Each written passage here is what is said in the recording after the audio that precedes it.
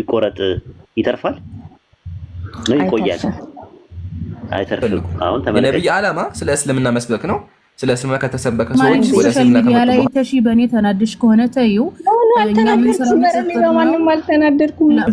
ደግሞ ማሸነፍ ነበር የሚለውን እያነሱ ከዛ ነቢያችን ሰለላሁ ዐለይሂ ወሰለም አሟሟታቸውን አንስተው ስለዚህ ስለቀጠፉ ነው አላህ Subhanahu Wa Ta'ala የገደላቸው የሚል ኮንክሉዥን ላይ ይደርሳሉ። ብዙ ጊዜ ማለት አስቀድሞ የበሉት መርዝ ኢፌክቱ መታየት ጀመረ። አስቀድሞ ከሶስት በቃ ኢምራን ሻዳት ይዛት ማሂን ተመልሶላታል። ጥያቄዋን ጨርሳለች።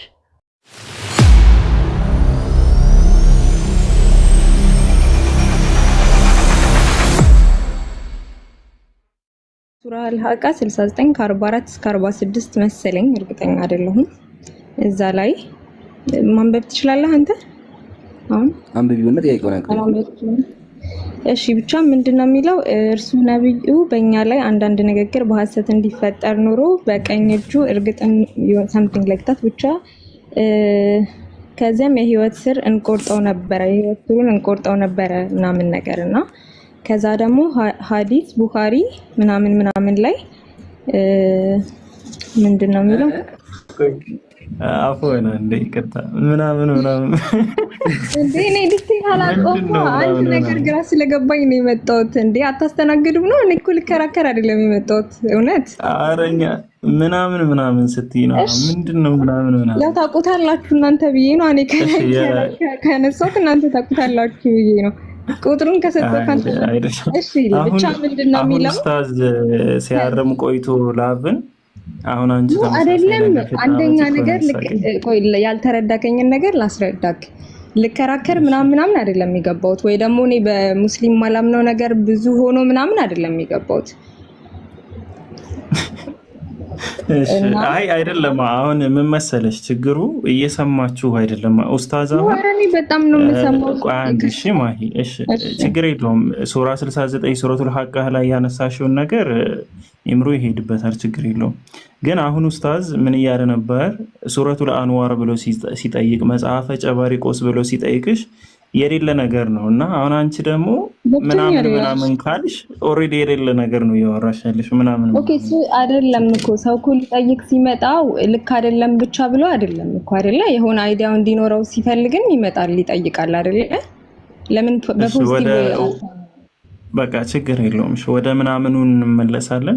ወደ ምናምኑ እንመለሳለን። ሱረቱል ሐቃ ላይ ያለውን እንትን በል እሺ ማይ መጽሐፍ ሰላም አለይኩም ብያለሁ። ግን አፎን እሺ ጀማው አስቃኝ ነው ገባና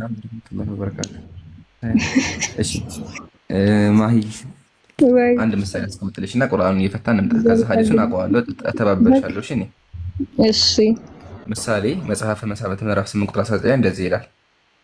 የእናቴ ልጆች ወንድሞቼ አለ እግዚአብሔር አድናችሁ ቢሆን ኑሮ እኔ አልገላችሁም ነበር አለ። ቢሆን ኑሮ ማለት ትርጉሙ ምንድነው? እግዚአብሔር አላላችሁም አይደለ? እሺ ምሳሌ እግዚአብሔር መጽሐፍ ቅዱስ ላይ ብራብ ኑሮ ዓለምን ባያ ነበረ አለ። እግዚአብሔር ራባ ማለት ነው? ኮምፔር ሳታረግ ቀጥታ ትነግረኛለህ? በቃ ችግር የለውም። አይሽ አይደለ? ስለዚህ ነብዩ ሰለላሁ ዐለይሂ ወሰለም በዋሽ ኑሮ ሲባል ራሱ አላውሽም የሚል ትርጓሜ ነው ያለው ማለት ነው። ለምን እግዚአብሔር ቢራብ ምድር ይባል ሲባል አይራብም ነው አይደለ? ሲጀምር ኢፍ የሚለው ጋር ራሱ አፍራሽ ነው፣ በቃ የማይሆን ነገር ነው። ምሳሌ ማሂ ወንድ ብትሆን ስለ በቃ ወንድ አይደለሽም ማለት ነው። አይሽ አይደለ? ስለዚህ ቁርአኑ ሲጀመር ጋር ስንጀምር ራሱ የተናገረ ነብዩ ትክክለኛ ነብይ ናቸው እያለ ነው ያለው። ኦኬ ትክክለኛ ጭራሽ ነው አያዋሹም። ግን ዋሽቶ ቢሆን የዋሹበት ቦታ ራሱ እኔ እገላቸው ነበር ነው። ለምን ነብይ መዋሸት አይችልም። ስለዚህ አምላካችን ለጣዖት አምላክ ያመናላቸው ነብዩ አያዋሹም። ግን እንደው ቢዋሹ እንኳን እኔ ራሱ ቀድማቸው ነበር ብሎ ተናገረ። ኢፍ የሚለው ቃል ራሱ ትርጉሙ ምንድን ነው? የማይሆን ነገር እንደሆነ ነው። ምሳሌ እግዚአብሔር ቅድም እንደገለጸው ገላችሁ ነበር አለ። እግዚአብሔር አድኗችሁ ቢሆን እኔ አልገላችሁ ነበር። ስለዚህ እግዚአብሔር አስገድሏቸዋል ነው ፖይንቱ። እግዚአብሔር ጨፍጨፏቸዋል ነው። እንዲሁም እግዚአብሔር ብራብ ምድርን አልበላም አለ፣ እበላ ነበር አለ። ውጭም ሳይራብም ነው። ስለዚህ እዚህ ጋርም ቁርአኑ ራሱ የሚናገረው ነብዩ አያዋሹም እያለ ትክክለኛ ነብይ እንደሆነ እየተናገረ ነው ያለው ነው። ይሄ ግልጽ ከሆነ ወደ ሐዲሱ ልሄድልሽ።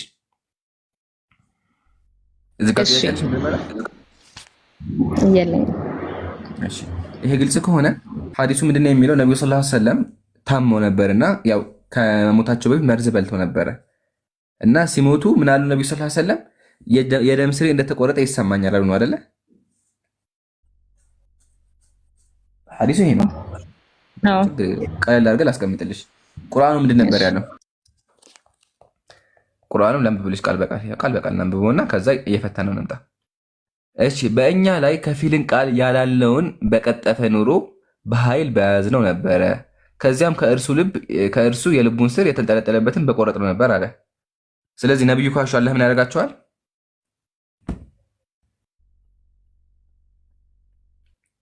እኔ ጋር አውሪ ማሂ እንዲገባሽ ነው እንደዚህ ቃል በቃ የማወራሽ። እሺ አይ አጥፊው ሲሉኝ እኮ ከስራ አጥፍቼው ነው። ድገምልኝ።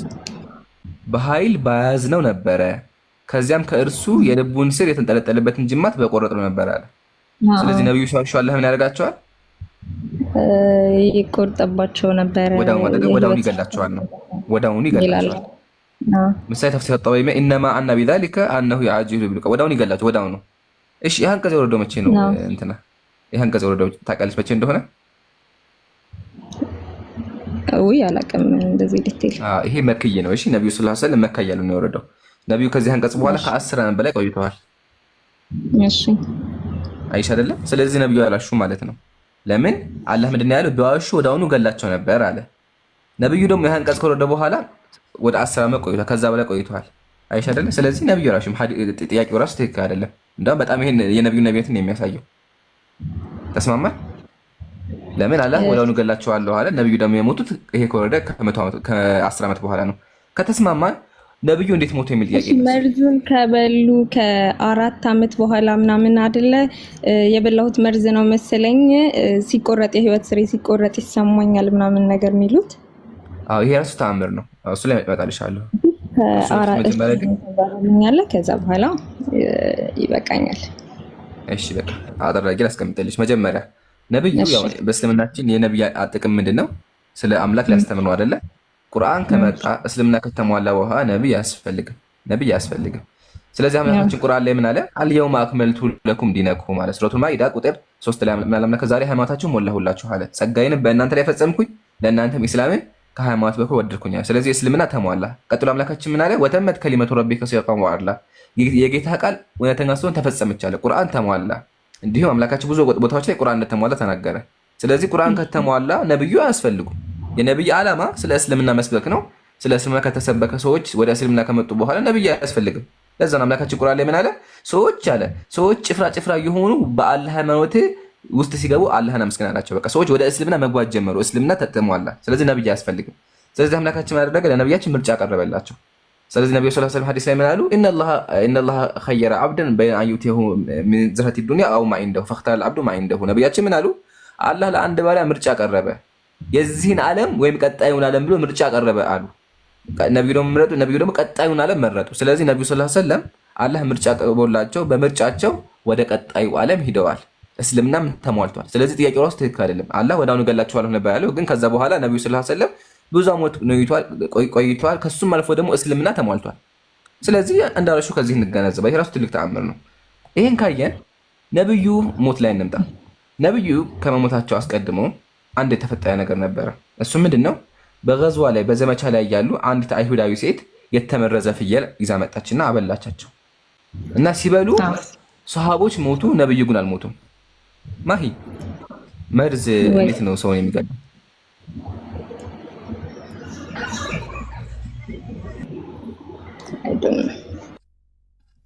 እሺ አንድ ሰው መርዙን ከሞላ በኋላ ይሞታል አይደለ?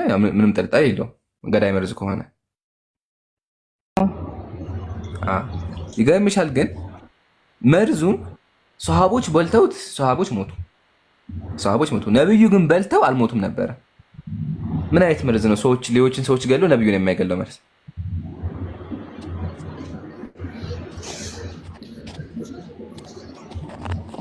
እሺ ይገርማል። ሽጉጥ መሳየት ሽጉጥ ተተክሶ ሁሉም ሰዎች በሽጉጡ ሙተው አንድ ሰው ካልሞተ ምንድን ነው ይሄ? ምን ታያለሽ ማሂ? አንድ ግቢ ውስጥ 30 ሰዎች አሉ። ከ30 ሰዎች ውስጥ 28ቱ በሽጉጥ ሞቱ፣ 2ቱ ተረፉ ተተኩሶባቸው ግንባራቸውን ተብለው። ኦኬ ቴንክ ዩ ተመልሱልኛል። እሱን ያልኩሽ ነብዩ ሰለላሁ ዐለይሂ ወሰለም መርዙን በልተው 3 ዓመት ቆይተዋል ምንም ሳይሆኑ ማለት ነው። ለዛ ነው ሊቃውንቶች ምን ይላሉ? ወሄ ሙዕጂዘቱን ዛሂራ ግልጽ የሆነ ተአምር ነው አሉ። ሐይሱ ለም ዩአሲር ሱሙ ዐለይህ መርዝ አልጎዳቸውም። ለምን አልጎዳቸውም? አምላካችን ቃል አስቀድሞ ምን አለ? ወላሁ የዕሲሙከ ሚነናስ፣ አንተ ሙሐመድ ሆይ አስተምር፣ አንተ አላህ ይጠብቃል ብሏቸዋል። ስለዚህ አላህ ይጠብቃቸዋል፣ ሰዎች ሊገሏቸው አይችሉም። ስለዚህ አይሁዳዊት ሴት ራሱ ልትገላቸው አልቻለችም። ሰሃቦች ሞቱ፣ ነብዩ ግን አልሞቱም። ከዛ በኋላ 3 ዓመት 4 ዓመት ቆይተዋል። እሺ አነስም ለአሲሩ ቢዛቲሂ ኢላ ቢኢዝኒ ረቢ፣ በአምላክ ፍቃድ ቢሆን እንጂ መርዙ እሳቸው ላይ ጉዳት አልነበረውም። ለምን? እስልምና አልተሟላም፣ የዛ ሰዓት እስልምና አልተሟላም ነበር። ስለዚህ ነብዩ ሰለላሁ ዐለይሂ ወሰለም መርዙን በልተው እንኳን አልሞተም። ከሱም አልፎ ነብያችን ምን አሉ? አስቀድሞ እነ ሻተ ይኽቢሩኒ በአነሁ መስሙም አው ከማ ቃል፣ ይሄ ፍየሉ ስጋው ራሱ እንደተመረዘ ይነግረኛል አሉ። እሺ አምላካችን አስቀድሞ አሳውቃቸው ከቀመሱ በኋላ ግን ቀምሰው ተራሱ በልተው ተራሱ አልሞቱም። ኦኬ ወዳኑ ሰዎች ሰሃቦች ቀምሰውት እንኳን ሞተዋል፣ ነብዩ ግን አልሞቱም። ታዲያ ነብዩ እንዴት ሞቱ ካልን የራስ ህመም አጋጠማቸው፣ ወይም ደግሞ ይሄ በእኛ እንትን ፍሉ የምንለው ነገር አጋጠማቸው። ፍሉ ይባላል በእንትኑ፣ በኢትዮጵያ ደግሞ ምንድን ነው ይባላል? ራስ ምታት መሰለኝ አይደለ? አመማቸው። ህመሙ ምንድን ነው? በጣም ራሳቸውን አመማቸው። ከታመሙ በኋላ ቀጥሎ ምን አሉ? አስቀድሞ የበሉት መርዝ ኢፌክቱ መታየት ጀመረ። አስቀድሞ ከ3 ዓመት በፊት ያልገደላቸው መርዙ ኢፌክቱ እሳቸው ላይ መጣ። ስለዚህ ዋናው ህመም ራስ ምታት ነበረ። ከሱም አልፎ ደግሞ ምን ተፈጠረባቸው? ሰለዋቱ ረቢ ዐለይህ መርዙ ራሱ ኢፌክት ማምጣት ጀመረ። ስለዚህ ምን አሉ? ያ ጊዜ የበላሁት ህመሙ አሁን ተሰማኝ አሉ። ታዲያ አላህ ለምን ያን ህመም ድጋሚ ያመጣባቸው ካልን ወዛሊከ ነገሩ ምንድን ነው? ቢአን አላህ ጀዓለሁ ነብያ፣ አላህ ነብዩን ነብይ አድርጎ አከበራቸው። ወተኸዘሁ ሸሂዳ፣ መስዋዕትም ደግሞ አደረጋቸው። አይሽ አይደለም? ስለዚህ አላህ ነብዩ ምን አደረጋቸው? ክብራቸውን ጨመረላቸው። አነብዩ ሸሂድ ይባላሉ። ነብዩ ሰለላሁ ዐለይሂ ወሰለም መስዋዕት የሆኑት ነብይ ይባላሉ። መስዋዕት ሆኗል በዲን ላይ። ነብዩ ሰለላሁ ዐለይሂ ወሰለም ስለ ዲን ሲጓጉ ሰዎችን ከጥመት ሲያወጡ መስዋዕት ሆኗል። ስለዚህ ነብዩ አምላካችን እስልምና ከተሟላ ከ3 ዓመት በኋላ ህመሙ ሲነሳባቸው ያ የመርዙ ራሱ ኢፌክቱ መጣባቸው ማለት ነውና ይሄ ራሱ ግልጽ የሆነ ተአምር ነው። መርዙ አልገደላቸውም፣ እስልምና ተሟልቷል። ይሄ ራሱ ትልቅ እንተጸጋ ነውና አልሐምዱሊላህ ኒዕመተ ኢስላም ሰሉ ዐለ ነቢ። ግልጽ ነው ማለት አመሰግናለሁ። እሺ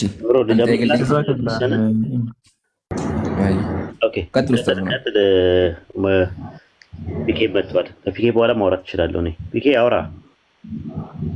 መርሃባ ሻይ አንድ ፖይንት ለማንሳት ነው እና ብዙ ጊዜ ሱረቱል ሐቃ ላይ ያለውን ቁጥር 44 ላይ ያለው በእኛ ላይም ከፊልን ቃላት ያላልነውን በቀጠፈ ኖሮ በኃይል በያዝነው ነበር፣ ከዚያም ከእርሱ የልቡን ስር የተንጠለጠለበትን ጅማት በቆረጥን ነበር የሚለውን እያነሱ ከዛ ነቢያችን ሰለላሁ ዐለይሂ ወሰለም አሟሟታቸውን አንስተው ስለዚህ ስለቀጠፉ ነው አላህ ሱብሓነሁ ወተዓላ የገደላቸው የሚል ኮንክሉዥን ላይ ይደርሳሉ ብዙ ጊዜ ማለት ነው። ይህ ማለት አላህ ሱብሓነሁ ወተዓላ እውነተኛ አምላክ ነው ማለት ነው።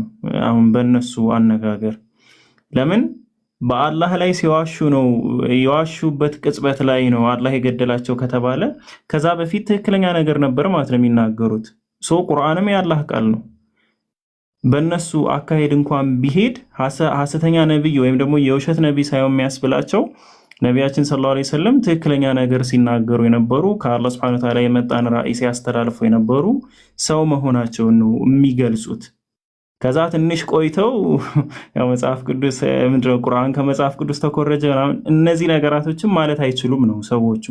ስለዚህ ቁርአንን የመቀበል ግዴታ ይኖርባቸዋል። ለምን ነቢያችን ሰለላሁ ዐለይሂ ወሰለም እንደነሱ አባባል በቀጠፉ ሰዓት ሙተዋል ከተባለ ከዛ በፊት የተናገሯቸው በሙሉ እውነት ስለሆኑ ያንን ነገር መቀበል አለባቸው ነው ኢቭን በእነሱ ሎጂክ። ይህን ሀሳብ ለማንሳት ያክል ነው። ኡስታዝ ቀጥል። ኢንሻአላህ ጀዛከላህ ኸይረን ጀዛ ማለት ነው።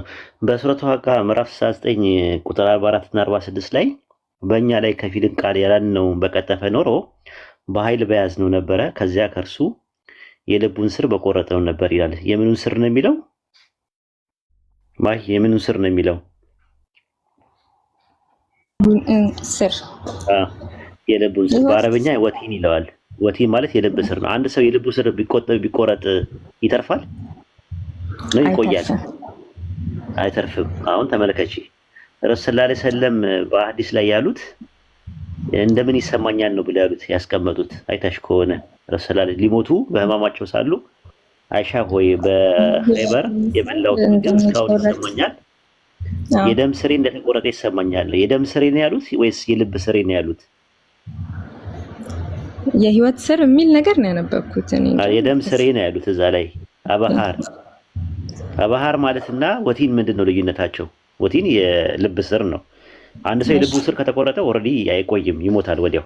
ረሱል ሰለላሁ ዐለይሂ ወሰለም ግን ያሉት እዚህ ጋር ምንድነው? አሁንም በዚያ መርዝ የደም ስሬ እንደተቆረጠ ይሰማኛል። የደም ስር አባሃር። ስለዚህ የደም ስሬ ነው። የደም ስር ሲቆረጥ አይነት ስሜት ይሰማኛል አሉ እንጂ የደም ስሬ ተቆርጧል አላሉም እሳቸው። ይሰማኛል ስሜቱ ነው። የደም ስር እንደተቆረጠ የደም ስር ነው። የደም ስር ማለትና የልብ ስር ማለት በይዘትም ሆነ በአይነት በመንስኤም ሆነ በውጤት ሁለት የተለያዩ ቃላቶች ናቸው። ስለዚህ አሁን ዴቪድ ውድ ምንድነው ያመጣው ይሄን አርጊመንት? የዛሬ 7 ዓመት ሲመጣ ረሱል ሰለላሁ ዐለይሂ ወሰለም አላህ ምን ብሎ ተናግሯል? ከቀጠፈ የደም ጋኑን እንቆርጠዋለን ብለዋል። የደም ስሩን ወይም ደግሞ የልብ ስሩን እንቆርጠዋለን ብለዋል። ከዛ በኋላ ግን ረሱል ሰለላሁ ዐለይሂ ወሰለም ቂሰቱል ጋራኒክ የሚባል ነገር አለ። አላትና ውዛትና መናት የሚባለውን አላህ ያላለውን ነገር መተው ተናግረዋል። ስለዚህ በመርዙ እንዲገደሉ ያደረጋቸው አላህ ራሱ ነው ብሎ ነው አርጊመንት እንትን የሚለው። የሱን ነው አሁን ዛሬ ላይ ክርስቲያን ሚሽነሮች የሚያንጸባርቁት ማለት ነውና ረሱል ሰለላሁ ዐለይሂ ወሰለም ያሉት የደም ስሬ እንደተቆረጠ ይሰማኛል። እንደተቆረጠ ተቆረጠ አይደለም ያሉት፣ እንደተቆረጠ ይሰማኛል። አባሃር ማለት የደም ስር ማለት ነው። ወቲን ማለት ደግሞ የልብ ስር ማለት ነው። የልብ ስር ከተቆረጠ እስከ 4 ዓመት አይቆዩም ነበር ረሱል ሰለላሁ ዐለይሂ ወሰለም፣ ወዲያውኑ ነበር እንትን የሚሉት ማለት ነውና ከዛ አንፃር ነው። ተመሳሳይ ጥያቄ ምናልባት ኢምራን ጊዜ ካለ አንድ የፈጣሪ ነብይ በባይብል ውስጥ ከፈጣሪ መልእክት ይቀበል ነበር የሆነ ሳለ እና ዋንስ የሆነ ሳለ ከሰይጣን መልእክት ተቀበለ እና በዛ በመልእክቱ መሰረት መመሪያ አድርጎ ተከተለው። ያ ነብይን ታውቂዋለሽ? ሰምተሽ ታውቂያለሽ? አቅም እንጃ አለ አንድ ነብይ ያለው ገምች እስቲ ማን ነው? የነበረ ተመልሶልኛል። አመሰግናለሁ በጣም እሺ። ከኢምራን ጋር አውሩ። እሺ ኢምራን ሰላም አለይኩም። ኢምራን አዋራት ልጠይቃት የነበረው እሺ በርቋል። ድምፅሽ አይሰማ ግን ቀረብ ካልሽ ይሰማ መሰለኝ። ሰላም አለይኩም እንዴት ናችሁ? ወአለይኩም ሰላም ወራህመቱላህ። ጥሩ። በነገራችን ላይ ያው ነቢያችን አለይሂ ሰላቱ ወሰላም አሟሟት ዙሪያ ከክርስቲያን ወገኖቻችን በኩል ለሚጠየቀው ጥያቄ የሰሙትን ይዘው መተው ወገኖቻችን ይጠይቃሉ። ልክ እንደ መሐ አይነት ማለት ነው። ነገር ግን ነቢያችን አለይሂ ሰላቱ ወሰላም ሊሞቱ ሲሉ የታመሙት ሁማ የትኩሳት ነበር ያመማቸው። ኖርማሊ በትኩሳት ነው የሞቱት። እናም ደግሞ አንድ ሰው እንደው ቢባልና በመርዝ ነው እንኳን ሞቱ የተባለው መጽሐፍ ቅዱስ ላይ በጣም በርካታ ነብያቶች ጠላቶች በብዙ ነገር እንትን ብለዋቸዋል። የአንድ ነብይ ለማነወር ምናምን ለሚያመጡ ለምሳሌ በመጋዝ ተሰንጥቆ የተገደለ ነብይ አለ። አንገቱ ተቆርጦ የተገደለ ነብይ አለ። መጥምቁ ዮሐንስ ነብይ ነው፣ አንገቱ ተቀልቶ ነው የተገደለው። ዘካርያስ ነብይ ነው፣ እሱ በመጋዝ ተሰንጥቆ ነው የተገደለው። ሌሎችም ነብያቶች እንደዚህ እናቴ ላቋርጥሽ ከይቅርታ ጋር እኔ ጥያቄውን ያነሳሁት የኦርቶዶክስ መጽሐፍ ቅዱስ ላይ ያለው ልክ ነው ወይ እንትን ላይ ያለው ስህተት ነው ምናምን ለማለት ፈልጌ ሳይሆን ይሄኛው አይዲያው ትንሽ ስላልገባኝ ስለነበረ ለዛ ነው የጠየኩትና ጥያቄም ተመልሶልኛል። ቴንኪው በጣም ከተመለሰልሽ አመሰግናለሁ። ከተመለሰልሽ ያው ተመሳሳይ ታሪኮች ስላሉ እንዲገባ ነው ያገባኛል። ችግር የለውም እሱ በደንብ ነው የሚገባኝ። እቺ ትንሽ ያላሳመነኝ ጥያቄ ነበር፣ ለዛ ነው እዚህ ገብቼ የጠየኩትና አሁን ተረድቻለሁ። አመሰግናለሁ። በቃ ኢምራን ሻዳት ይዛት ማሂን ተመልሶላታል። ጥያቄዋን ጨርሳለች። ሙሉ ተመልሶላታል። ምንም የለትም ከዚህ በኋላ ያው እንደዛ ነው። ጥያቄ ተመልሶልኛል ብላለች። አይ ቲንክ እስቲ አውሯትና እስልምናን እንድትቀበል ያስገደዳት ሰው አለ ወይስ የለም? የለም። ቆይ በደንብ ቼክ ላድርግና ኢንሻአላህ ኖ ግን የሆነ ሰው ሊጠይቅ ሲገባ አታሸማቁት። እሺ እኔ አሁን ልጠይቅ የገባሁት ላወዳደር ወይ ይሄኛው ልክ ነው ይሄኛው ልክ አይደለም ምናምን ለማለት ነው። የሆነ የመሰለኝ ልጠይቅ ነበር። ስታንዳርድ አለው ደብል ስታንዳርድ አለው። ባይብላችሁ ላይም እንደዚህ አይነት ነገር አለ ነው ለማለት የፈለገችው እንጂ አይ በደንብ ነው የሚገባኝ። እሱን አይቼ ነው የመጣሁትና እዚህ ወይነት ይቅርታ ማን ነው ሚውት አደረገኝ? ይሄ ማሸናቀቅ አይደለም። ንጽጽር ብሎ ማለት ንጽጽር ብሎ ማለት በአማርኛ ቋንቋ ያንንም ይሄንንም አቅርበሽ ማነጻጸር እኮ አይጠበቅበትም ሃይማኖትን ለማወቅ አይደል? አንድ ኤቲስት መጥቶ ሌትስ የሆነ ኤቲስት ሃይማኖት የሌለው ሰው አለ እንበልና ማወቅ ቢፈልግ የሁሉንም ሃይማኖት ማወቅ ቢፈልግ ግዴታ እኮ ይሄኛው ልክ ነው ይሄኛው ልክ አይደለም ምናምን እያለ ማነጻጸር አይጠበቅም። ኦፍ ኮርስ ተብሎ ንጽጽር ታዲያ ዋና ዓላማው ምንድነው? አንድ ሰው ትክክል የሆነውን ለማየት ያንንም ይሄንን ማየት እኮ ነው። ታጣቂ ኖርማሊ ሶሻል ሚዲያ ላይ ተሺ በኔ ተናድሽ ከሆነ ተዩ ማንም አልተናደድኩም። ደግሞ ማሸማቀቅ አይደለም። አልተረዳሽኝም። ምን እያሸማቀቅኩ አይደለም ውዴ። ንጽጽር ብሎ ማለት ስህተቱን እየጣሉ ተረጂ። ንጽጽር ብሎ ማለት ስህተቱን እየጣሉ እውነቱን መያዝ ነው አንደኛ ነገር። ሁለተኛ ነገር ደግሞ ከክርስቲያን ወገኖቻችን ጋር ስለሆነ እንትን የምንለው በክርስትና ነብያት በሰዎች አደጋ የደረሰባቸው አሉ። እናም ደግሞ በእስልምናም አንድ ነብይ እንደው አደጋ በሰዎች በጠላት አደጋ ቢደርስበት እንደ ነውር አትቆጠሩት ክርስቲያን ወገኖቻችን ነው መልእክቱ። ሲቀጥልም ነብያችን አለይሂ ሰላቱ ወሰላም ሊሞቱ ሲሉ የታመሙት የትኩሳት በሽታ ነው እንጂ በመርዝ አይደለም የሞቱት። እንደውም በመርዝ ነው እያለ ለሚመጣ ክርስቲያን ወገን ይሄማ ተአምር ነው። የነብዩን ታላቅ ነብይነት ነው የሚያሳየው ነው።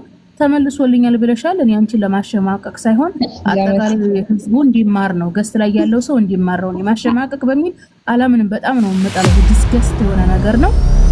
ቀጥሎ ያጀማ። እሺ ቴንክ ዩ አመሰግናለሁ።